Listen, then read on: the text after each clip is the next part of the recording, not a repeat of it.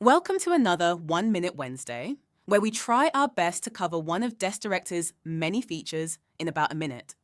I'm Patrice Clark, and in this video, we take a look at how to use a macro inside the Desk Director tech portal.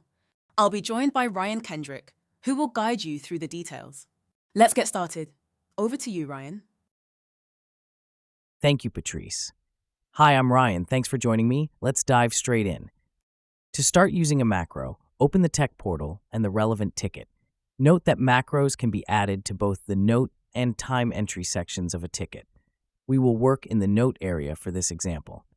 Now, click the Apply Macro drop-down arrow. From the list, select the macro you want to add from the options presented. Let's choose the Screenshot Required macro for now.